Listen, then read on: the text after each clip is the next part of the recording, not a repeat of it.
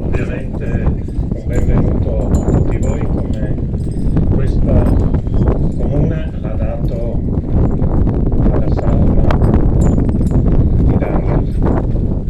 Nell'epica molte volte si perdono i concetti fondamentali del rispetto delle genti, della pietas e di tutto quello che dovrebbe essere il comune sentire dell'uomo nei confronti di chi combatte per la libertà. Girò per 15 giorni, questo nessuno lo racconta mai. Rischiarono di far bruciare il paese per dargli sepoltura.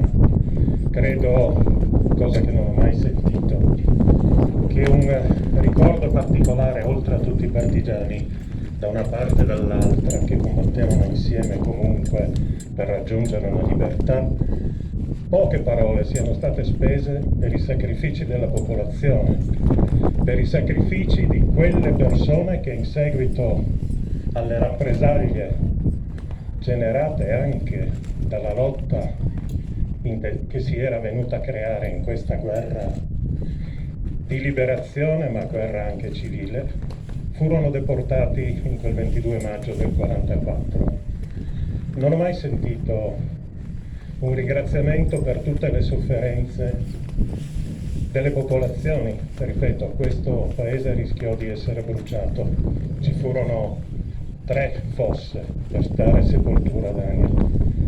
Scelsero i compagni di metterlo all'esterno. Ci vuole anche l'onestà intellettuale. A volte il secolarismo degenera, a volte credo che dopo tutti questi anni e dopo tutta la resistenza che abbiamo fatto, che stiamo vivendo nei confronti del Covid, sia giusto, sia doveroso, sia imprescindibile raccontare la verità. La verità che ha massimo rispetto in chi ha combattuto per la libertà, ma deve avere anche massimo rispetto per chi ha fornito con le proprie sofferenze la capacità a questi uomini di resistere. Nel 44 sappiamo che ci fu l'inverno tra il 44 e il 45 più duro di tutto il Novecento forse, e i lanci di sostegno furono interrotti.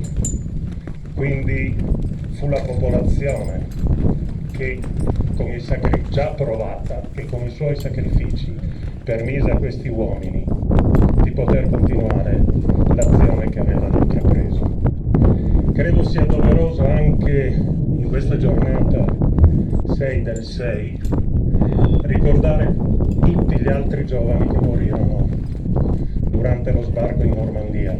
Credo che se siamo oggi liberi vadano ricordati tutti quegli uomini che persero la vita, tutti quei giovani che diedero la loro vita perché noi oggi possiamo essere qui a dire la libertà è una cosa sola, la libertà è una cosa grande.